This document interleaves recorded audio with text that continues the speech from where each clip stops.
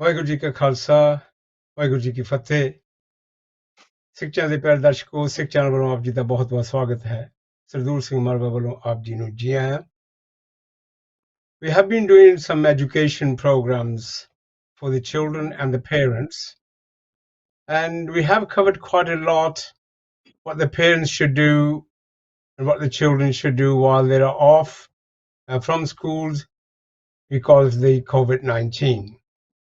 And today we're going to cover, as the Prime Minister has announced, that some schools or all schools can open from 1st of June.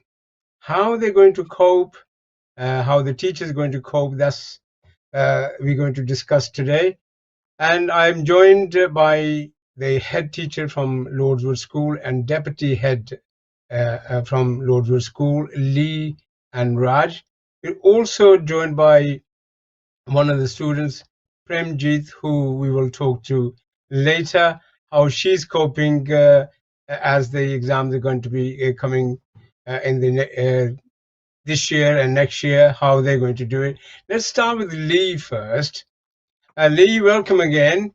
And my question to you is, as the government has announced that the schools can open, and what the schools going to look like and what are the updates and are they safe for the children to come to the school? I think that's the main point in this question. Lee. Yeah, thank you, and thanks for your welcome. Nice to see you again, and hello to all your viewers again. It's been great being with you over the last 4 weeks. Yeah, safety is the key question at the moment, isn't it? And rightly so, because this pandemic has hit the country hard, as we all know. So, following on from that announcement that was made on Sunday by the Prime Minister, there has been a lot of guidance and documents that have been shared and sent to schools for school leaders to consider and to start discussing these issues with parents and their staff. And so at the moment, planning, and I think it's really important to stress that point, planning, because that's what it is very much in an active stage. So everybody is taking a very detailed and considered look at what has been announced. There's lots of consideration and action to take place in preparing schools for students to return. Safety is a topic which is still being debated and discussed at length with leaders and the educational department and wider government officials as well. At Lordswood Boys School, and as you can see on the slides that are being shown at the moment, there are some quite specific pre-planning stages happening at the moment to work out what and to trial the way that things may work. But what I can tell you is there are probably 5 or 6 real key points that school leaders are having to really consider at the moment. First one, the reduced number of class sizes. So government officials are stating that class sizes between 10 and 15 are probably a suitable class size. The consideration for one-to-one support, which will allow guiding students, most particularly in the secondary setting as well.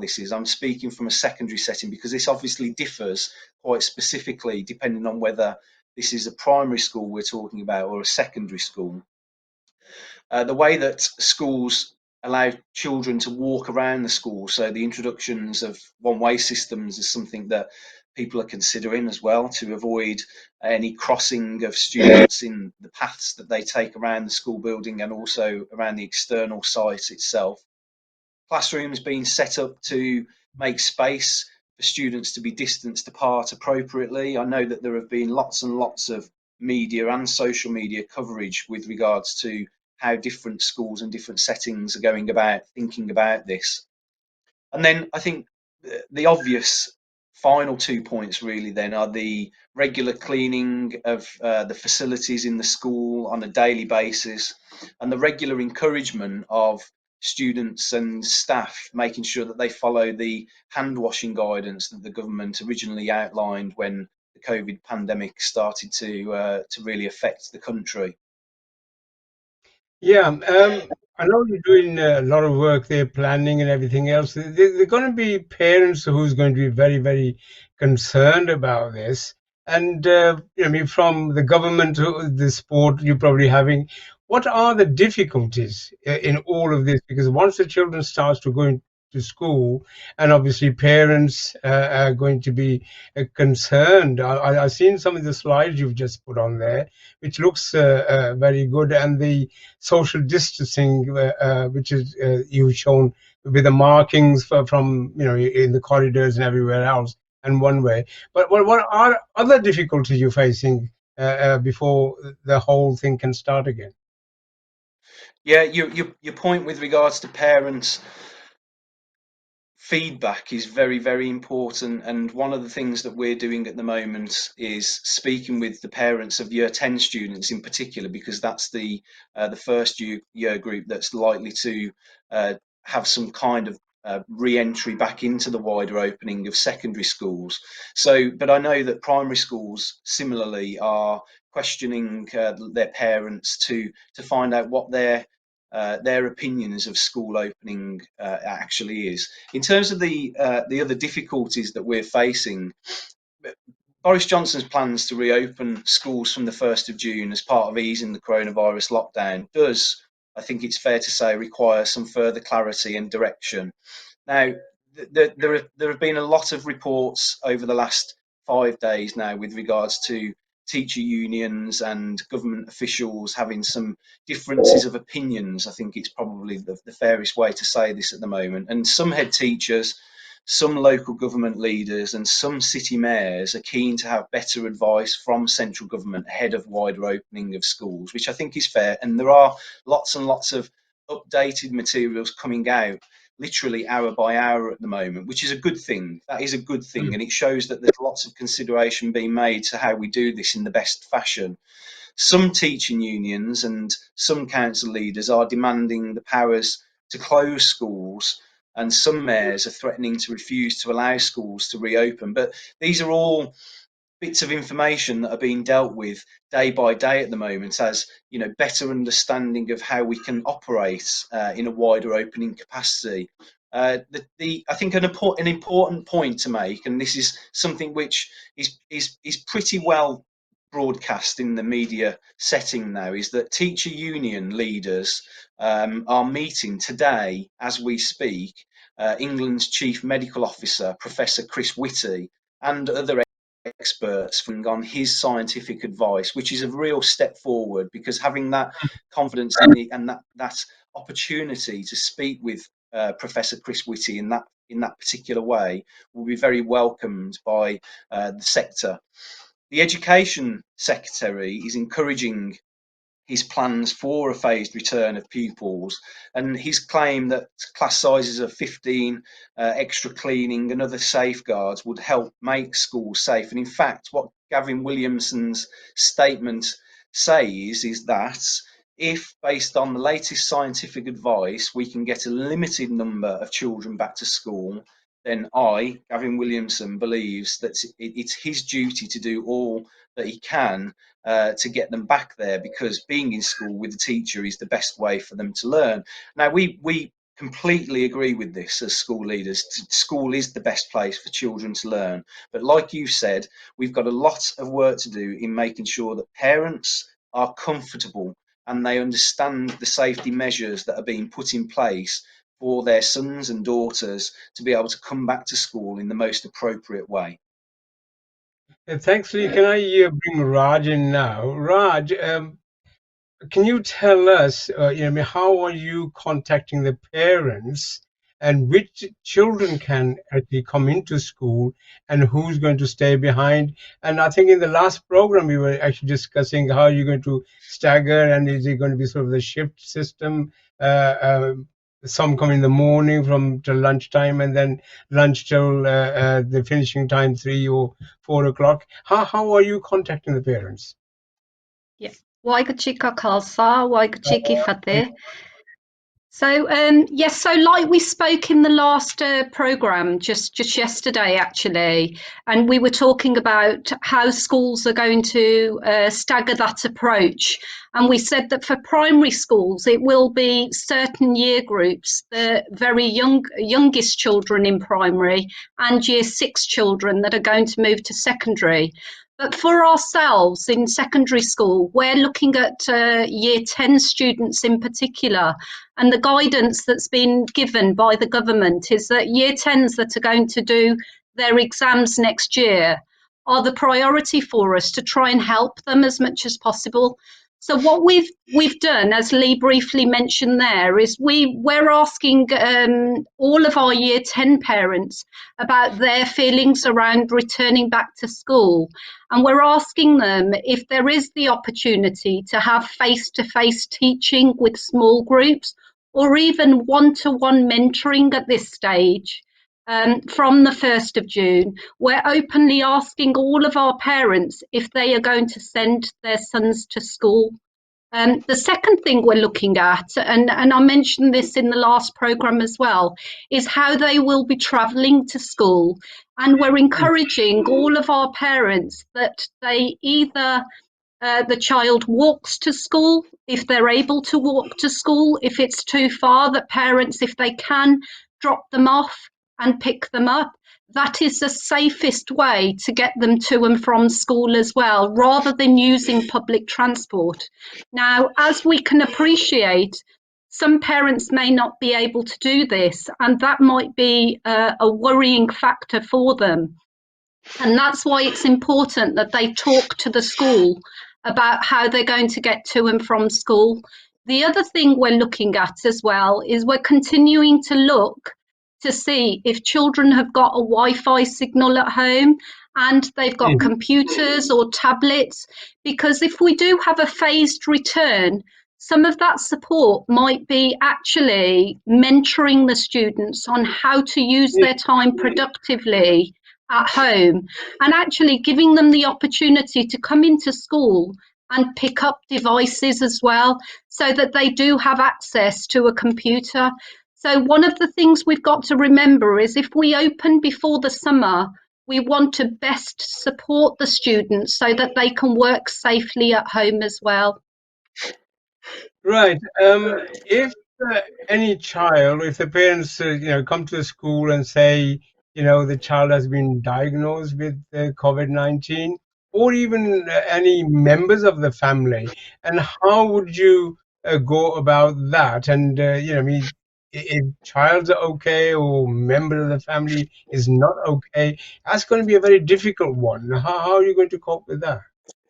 Yes, absolutely. I mean, when we've spoken about this, we've said that if you've got a child that's unwell who's actually got medical needs, it's absolutely essential that they're getting the advice from the doctor as well to make sure that they know that if they can return to school. So the Mm. parents need to speak to us and also speak to their medical advisors as well. For us, we do have a medical register in school, so we can see which of our students have got Mm. medical needs, and we will be speaking to those students about how to safely return, or in some cases to not return as well if it's not safe to do so.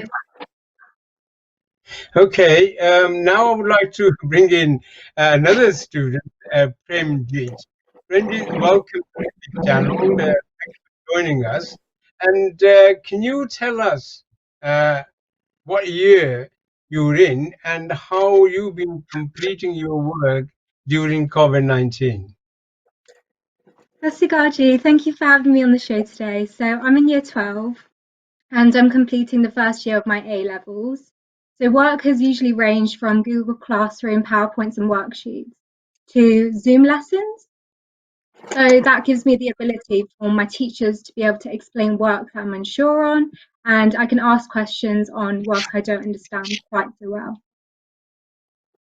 Okay, how have you found the support given by the school and the teachers? Have you been coping? Because we've heard from while the program's been going on that some children have not have that support from the teacher. Numerous times they've been contacting the school. How's your teachers responded to your requests? It's been really helpful to receive and complete the work, but it is nothing like being actually at school. There are certain parts of the work that I have found really difficult, and I feel like I've not understood the work as well I could have if I was in school. Okay, how do you feel returning to school? I'm sure you'll be glad. You're probably bored at home. And how do you feel, during your A-level exams? First of all, how do you feel that return to school? What are you enthusiastic, or are you saying, "Oh my God, I got to go back to school now"? I do want to return to school as I feel like it will provide me with more support that I need before the summer holidays, that I know what I need to do over the summer and I'm more prepared for when we return in September. It would also be nice to see my friends again, as I've been stuck in the house and not really seeing anyone since lockdown. But I am really worried about the exams next year because there are parts of my subjects that, without face to face teaching, is a lot harder to understand. And even though I have been working independently, it's just not the same as being in the classroom. These exams are Yeah. very important as well, considering I'm applying to universities. And I'm hoping that the government, my school, and my mom continue to provide more information about how children that are doing exams next year will be supported so we're not as disadvantaged.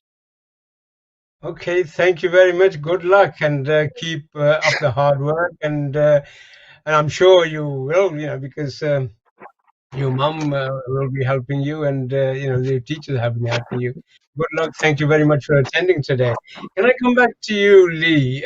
What would you say about the admissions? Because the whole thing, as we've been talking about, up in the air, and because of the lockdown and everything else. So about the admissions, how are you going about it, and how parents can go about it? Yeah, the this is something that we focused on pretty consistently throughout our program, and although I've said before the process of admissions hasn't stopped, there obviously has been an effect with how local authorities have been able to process admissions. I mean, we just bear in mind that what normally would happen is local authorities rely on children being in school to make sure that admissions are processed swiftly and purposefully, and so not having that immediate direct contact with the school does create a little bit of broken communication in the whole system. But that doesn't mean that people haven't been doing all that they can do, obviously, because one thing that is absolutely critical at this time of year is making sure that all of those year 6 students have got a place ready for September. That is primarily the biggest focus point that the local authority have at the moment. So I think, having said that, and having just to reinforce some of the points that we've made previously, it's really important that parents know where to go to when you're considering your admission for your son or daughter into secondary school. The local authority websites, whether it be Birmingham, Walsall, Sandwell, etc. First point of call should always be to go to your local authority and their website. There will be a page in particular that will be very, very clearly signposted for you to make contact either via email or through the telephone. Furthermore to that, I think it's just really important to reinforce that obviously all schools have been sent through the details with regards to the year 6 students that would be or have placed the school as their first choice.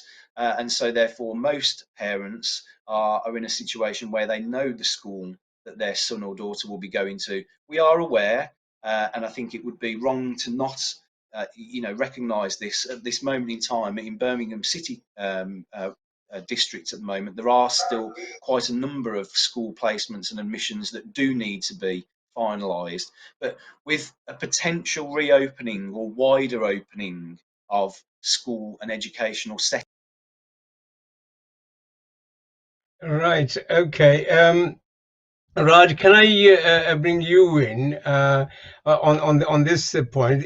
the children who not returning to school and remain at home until September, what advice would you give them? Yeah, so we've spoken quite a bit over the last few weeks about using the support lessons that the government have put together. So BBC Bite Size in particular has got lessons for maths, English, science, and all the other subjects as well. Please do take the time to look at those lessons. They're very, very good. And don't forget, you want to make sure that you've got clear routines, clear structure. We spoke last week about reading and reading with your child and encouraging reading books and literacy and learning new vocabulary. Also, in addition to that, what's really important for the younger children, the ones that don't return, is that you're trying to do maths and English as much as possible. For children doing GCSE exams in year 10 and those doing exams for A level in year 12, they shouldn't panic. It's really important at the moment, because there's no official advice or guidance around future exams and qualifications. What they need to do is just focus on the work that's being set. In addition to that, make sure that they're getting the guidance from school, because what the government will do is they will take into consideration the lost time before making any final decisions about next year. So ultimately, what we all want as parents, as teachers, as school leaders, is we all know that your education is really important, and it will lead to opening qualifications, it will lead to jobs, and you must always try your best. So keep encouraging the children to work hard, continue to read at home, and follow all of the guidance. And on the final note, if you don't have a secondary school place, please go to our website. Please contact me directly, and we will help you in this situation as much as we can. Thank you, Rod. Lee, just last 30 seconds, your message, as we have been covering quite a bit. Anything you want to see people to keep safe, and to children who return to school? Very quickly. Yeah, thank you. I think I'd just like to say, let's just have confidence in the systems that we're putting in place here, and let's be really focused on making sure that we, as our first priority, ensure that our students, our sons, our daughters, are well supported, well encouraged, and as Raj said, are motivated to keep on with their studies. They are the most important people in this situation, but we need to make sure that we do everything correctly to ensure their safety. And thank you once again for having us with you over the last 4 weeks. It's been an absolute pleasure. Lee and Raj and Premjit, all three of you, thank you very much for coming today. Lee and Raj, for giving us the time during this very difficult time for parents and children, and guides. You have provided for us the guidance for parents and children. Be safe. I hope the children come back to school and enjoy their schooling. And I thank you very much again for attending. So I would like to say goodbye from here. And as I said, that the head teacher from Lordswood and the deputy head, today's special guest, Premjit. So, ਮੇਰੇ ਦਰਸ਼ਕੋ, schooling ਦੇ ਵਿੱਚ ਬੱਚਿਆਂ ਲਈ ਔਰ parents ਦੇ ਲਈ ਇਹ programme ਅਸੀਂ ਪੇਸ਼ ਕੀਤੇ ਤੁਹਾਡੇ। ਮੈਨੂੰ ਪੂਰਾ ਯਕੀਨ ਹੈ ਤੁਸੀਂ ਇਸ ਨੂੰ ਪਸੰਦ ਕੀਤਾ ਹੋਵੇਗਾ। ਅਗਰ ਇਹਦੇ ਵਿੱਚ ਸਾਰੀ ਇਨਫੋਰਮੇਸ਼ਨ ਤੁਹਾਨੂੰ ਮਿਲੀ ਹੈ, ਉਹ ਉਸ ਨੂੰ ਉਹੀ ਵਰਤੋ। ਮੈਨੂੰ ਦਿਓ ਆਗਿਆ ਅਗਲੇ ਪ੍ਰੋਗਰਾਮ ਤੱਕ, ਤੇ ਫਿਰ ਤੁਹਾਡੇ ਦਰਸ਼ਨ ਕਰਾਂਗਾ। ਵਿਦਾਇਗੀ ਦੀ ਫਤਿਹ ਬੁਲਾਓ। ਵਾਹਿਗੁਰੂ ਜੀ ਕਾ ਖਾਲਸਾ, ਵਾਹਿਗੁਰੂ ਜੀ ਕੀ ਫਤਿਹ।